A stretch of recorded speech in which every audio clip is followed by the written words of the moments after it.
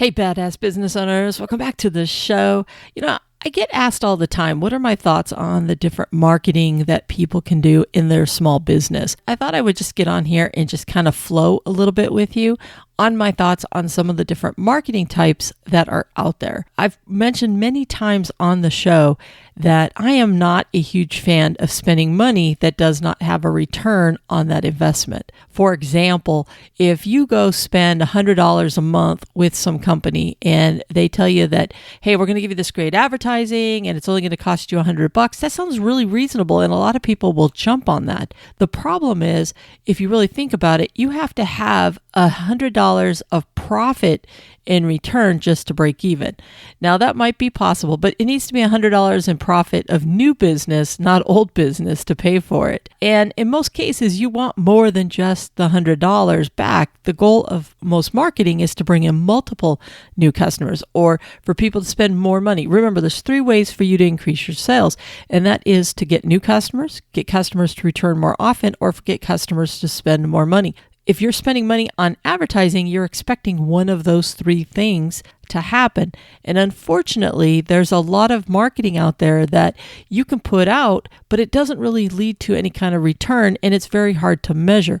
And in most cases, you're not really measuring it. For example, I get into a conversation all the time about when people put their names on the shopping carts. Well, I will tell you, you're going to get very little business off of shopping carts. Now, you might. I'm not saying you're not going to get any, but it's more brand awareness. It's more about people knowing who you are. It's more about name recognition. And if you have the money to do that and you want to build up your name recognition, then by all means, go ahead and do the shopping carts. But if you're needing people in the door right now, today, immediately, you need to be looking for some type of advertising or some type of marketing that is actually going to get butts through the door today, or people to pick up the phone and call you today. Shopping carts are a long-term thing, not a short-term. On the other hand, one of the things that I think gives you a lot of exposure and can get people calling you right now is a car wrap. I'm a huge fan of car wraps. The problem with car wraps is most people can't afford them in the very beginning because they're not the cheapest thing. They can range anywhere from $3,000 to $6,000 to $10,000 depending upon the type of car that you're wrapping and if they're going to do the design of them and everything else. In which cases, they probably will do a better design than you unless you know somebody that has some graphic designs and can really make it pop, because you don't want your car wrap to be a bunch of words. You want it to tell your story very quickly because people are going to see it over and over. But the reason that I think it's one of the best things value for your money is they tend to last 5 to 10 years, depending upon where you live and the harsh conditions. But it's something that not only plants a seed, but when people need something, they go, oh, who's that truck that we see all the time? What's that van that we see all the time? Because it really does get the most eyeballs of anything else, especially if you are in a smaller community or a smaller area versus driving all over the place. If you're driving all over the place, it's still good for brand recognition. But in a local market where they see you over and over, it makes them think that you have way more trucks than you actually do. Because they're constantly seeing it almost every single day if you're out and about driving around to different customers' homes and whatnot. So, and even brick and mortar, when I had my ice cream shop, I had mine wrapped in ice cream. And, it got tons of people going, oh, I didn't even know we had one of these in town. So like I said, I'm a huge fan of car wraps because it works out to be something like $50 a month.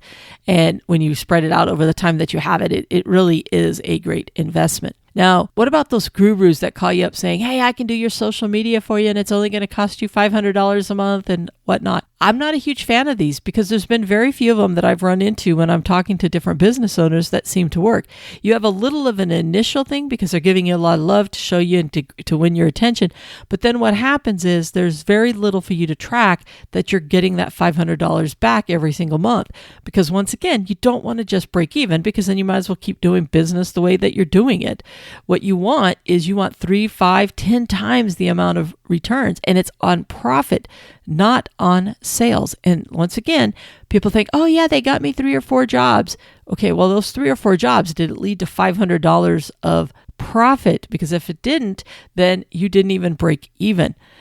So social media and stuff like that, it's good if that's where your client is, because ultimately any type of advertising that you do needs to hit your target customer.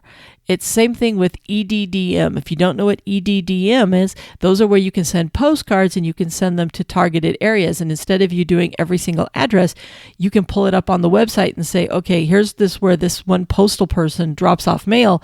You can get everybody in that neighborhood. So if you were targeting 55 plus communities, then you would find the one area that has the majority of the 55 plus community people, and you would drop postcards into that particular area. The thing with postcards is you have to do them more than once. You can't do one set, not get a call, which is probably what's going to happen, and say, well, that didn't work, I give up. Postcards are one of those things that you have to be consistent with. You have to do every month, every other month, every 6 months, 3 months, depending upon your type of business. So postcards, I'm not opposed to. I think that they do have their time and place. But I'm really big on, if you're gonna do postcards, make sure that you are targeted to where your ideal customer is. If you're a garage door repair person, you're not going to target an area that does not have garages. That's just going to be silly and throwing away money, if that makes sense. Door knockers, those little things that you put on the doors.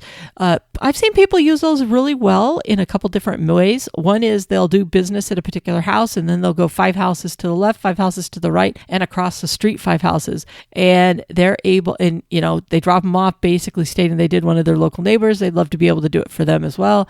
And I've had some people that have had some pretty good success with that. So, or they'll go target a neighborhood. Once again, ideal customer living in a particular neighborhood, and they'll go put those out there. You really have to know your local ordinances if you can do that or not. In most cases, you can, but keep in mind, if they do have garages, most people now pull into their garage and just never go to their front door. So you got to kind of be smart a little bit about it, because not everybody's going to see it at their front door if they're not constantly going through their front door. And you will see them laying around and you'll feel like you wasted money, but you have to remember that if you target people, then your odds are going to go up. Once again, remember, I'm going to say this so many times during this episode, it is about the return that you get on your money. Now, what about local papers or advertising in local papers? It really depends upon the paper and how many people are actually seeing it. If it's something, once again, you're in a smaller community and the majority of people get that paper because it's free, or that magazine because it's free, and then you have to realize that a lot of people don't read them. They just go into the trash. But just know that once again, you have to be consistent. You can't just be in one of those one time. You're building brand recognition. It's not necessarily the best thing for people that need business right away, but it's people playing the long game. Then if you can afford to be in that magazine for a long period of time, that newspaper a longer period of time, then yeah, you're going to build brand recognition. And when because remember, people don't need you till they need you. So if you're doing it consistently, when they need you, they're going to automatically think of you, or they're going to go, who's that person that's always in the magazine? And they're going to look in the magazine for you. But it's because they've seen it over and over and over. As far as business cards and flyers and stuff like that, nowadays you don't necessarily need a business card. I still think you should have a business card, but you need to have a way to send somebody a message where you text it over to them and they put it in their cell phone. That's how most people collect names nowadays. I know when I get a business card, the first thing I do is I put it in my phone if it's somebody that I want to make sure I keep for business and whatnot. For the most part, they still work if you want to leave them at places. You'll see some people leave them at doors and stuff like that. Once again, the best way to get them is in bulk, so you get 50 million of them, so you might as well hand them out if you're going to do them. It really depends upon your type of business as well. Some businesses lean more towards business cards than others, so you just got to kind of keep that in mind. If you have a community that's really big on flyers and they let you put up flyers, or you can put up flyers or business cards at restaurants and laundromats and stuff like that, and that's where you think your ideal customer is hanging out, then by all means, go for it. Put them up there if they'll let you do it. Once again, it's all about where your ideal customer is and what's the best way to communicate to them. If your ideal customer isn't reading a newspaper, then there's no sense you advertising in the newspaper. Let's say your ideal customer is 55 plus, and maybe they have a clubhouse in one of the largest communities, and they'll let you put up flyers or business cards. Then by all means, you definitely want to do that, because a big chunk of those people that live in the 55 plus, not all of them, but a big chunk of them will be going to that clubhouse, and that might be very good for your business, because now multiple people are going to see it, and they tend to like to recommend people, and they ask their neighbors, hey, who would you recommend? So these people are like, I haven't personally used somebody, but I noticed somebody in our clubhouse, let me grab that for you, type of thing. It all comes down to one thing. If you're going to spend money on marketing or advertising, the most important thing that you can do is make sure that you are targeting your ideal customer and that you have an expectation for return on investment. Are you spending this money for the long play, for more brand recognition? Honestly, that's what you're paying for every time that you put a sign up at the local baseball game. Is they're not going to call you up unless they have an immediate need right then while they're sitting in those bleachers. But what you are doing is they're going to see that you're a sponsor, they're going to see your name over and over, and it's going to create some brand recognition.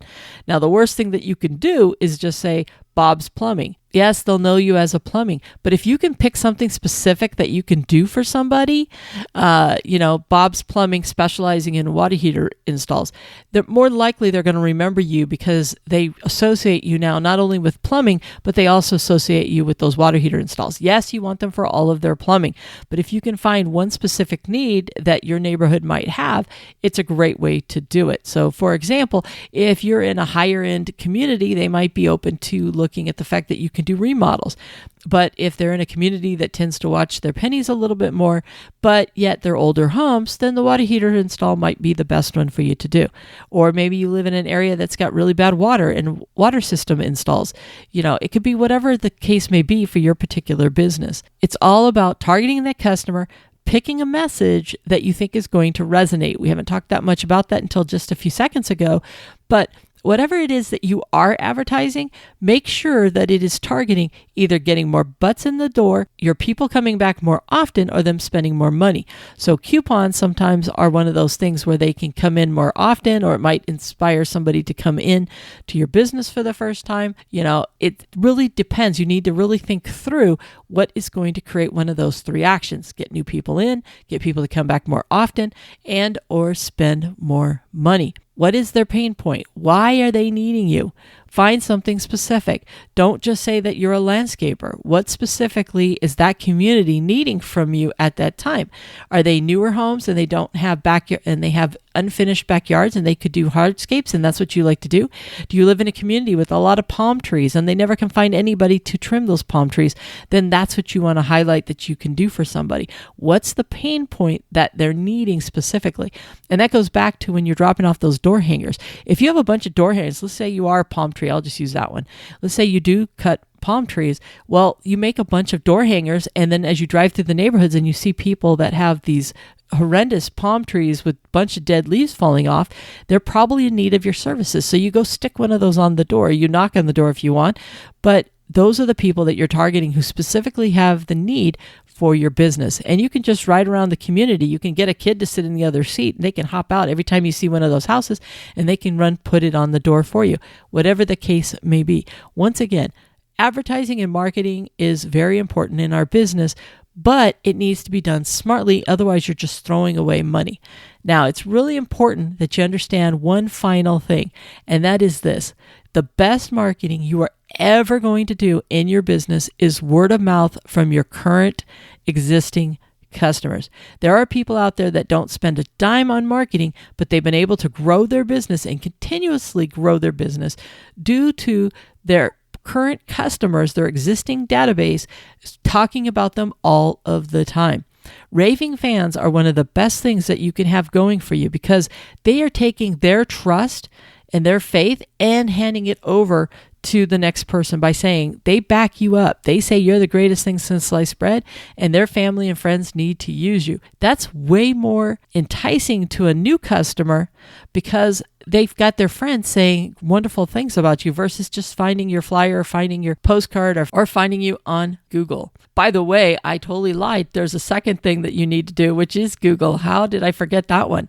All right. You really need to claim your business on Google Business, on Yahoo Business, because the very first thing that people do is they Google it. They look for somebody that can do it. And they're Googling it not for two things. One, since we've been picking on landscapers and plumbers, they're not just putting in their local plumber.